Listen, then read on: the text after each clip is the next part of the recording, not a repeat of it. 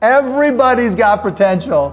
Everybody. I want someone who knows something. Give me someone who knows their every time, because then I can turn it into something real. The key to being successful and achieving your dreams, no matter what they are, is finding something you really, really like to do and being great at it. If your mortgage rate is over 5-6%, what you should do is refinance. If you have enough cash to just pay off the entire mortgage, that's great, but in this particular case, you probably want to talk to an accountant, because depending on what state you live in, there's all kinds of different laws and rules for deductions, and so it can kind of get complicated. And as much as I'd like to give you advice, talk to your accountant's the best advice. So how do I manage my work-life balance now? It's easy. I'm rich. I do whatever I want. If I want to play with my kids, I play with my kids. If I travel, I jump on my plane.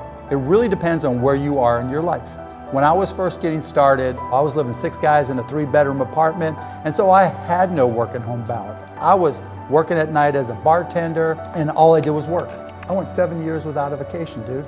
That's what it's going to say. I'm not a big mentor guy. I've always been a believer that if you really want to learn something and be great at something, you have to put in the time. A lot of people look for mentors as shortcuts, when in reality, maybe they help you a little bit, maybe they help you avoid some mistakes, but when you're just getting started out in particular, it's okay to make those mistakes.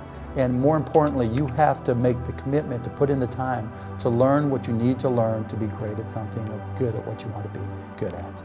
The reality is there are a lot of great products and services that are undiscovered. It's just the reality, because it's one thing to do something great.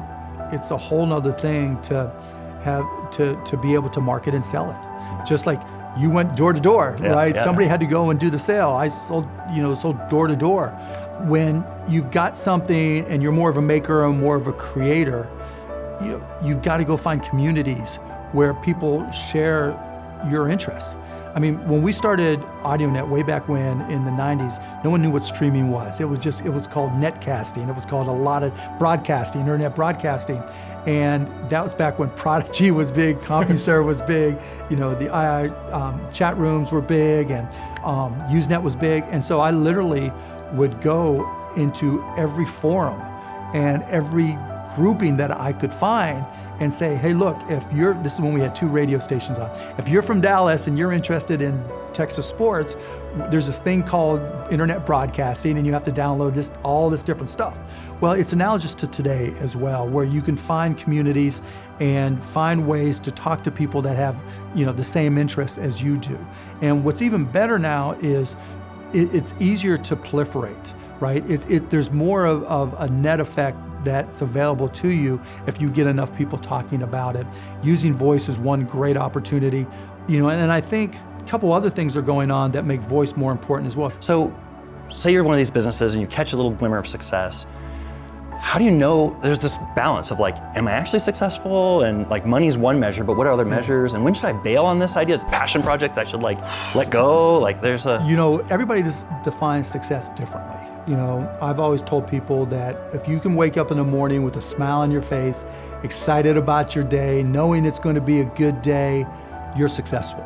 And so in terms of your business, you got to live at some level, right? But if you love what you're doing and it's not work, right? I mean, all these stories, if there's too many stories, just tell me the story, shut up.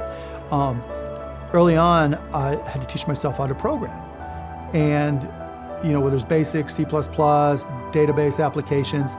And I would start, writing these applications for customers. And I'd start working on it. And I'd look up and I'd been sitting there for 24, 26 hours, not realizing, that I hadn't moved this whole time. I loved what I was doing. Now, I was living 6 guys in a 3-bedroom apartment. I was starving, right? I had a hole in the floorboard of my car. But I knew that, there was a light at the end of the tunnel if I kept on getting better at what I did. But had I not had the financial success, I still would have loved it. I've had businesses, though, that have failed before that. And when you don't have any customers, that's your answer. Yeah. Because even if it's a labor of love, I tried to play the piano and the guitar for a while, and we had a band called the Not So Human Beings. There's a reason why you never heard of it. That's awesome. But it was a great name. But yeah, and there was a time to quit. So when you don't have any customers and people aren't reacting to it the same way you are, one of the challenges of being an entrepreneur is that we all lie to ourselves. You know, we're the best. We're the fastest, you know, the greatest, the this or the that is. If you find yourself always describing your company and how you're different in terms of ers and s, you know, you've got issues and you're probably lying to yourself. You have to be brutally honest. You have to ask yourself, if it wasn't me, if I was on the outside looking in, you know, what would I say about this company? And if you're not able to do that, that's a bigger problem, but you just have to be brutally honest.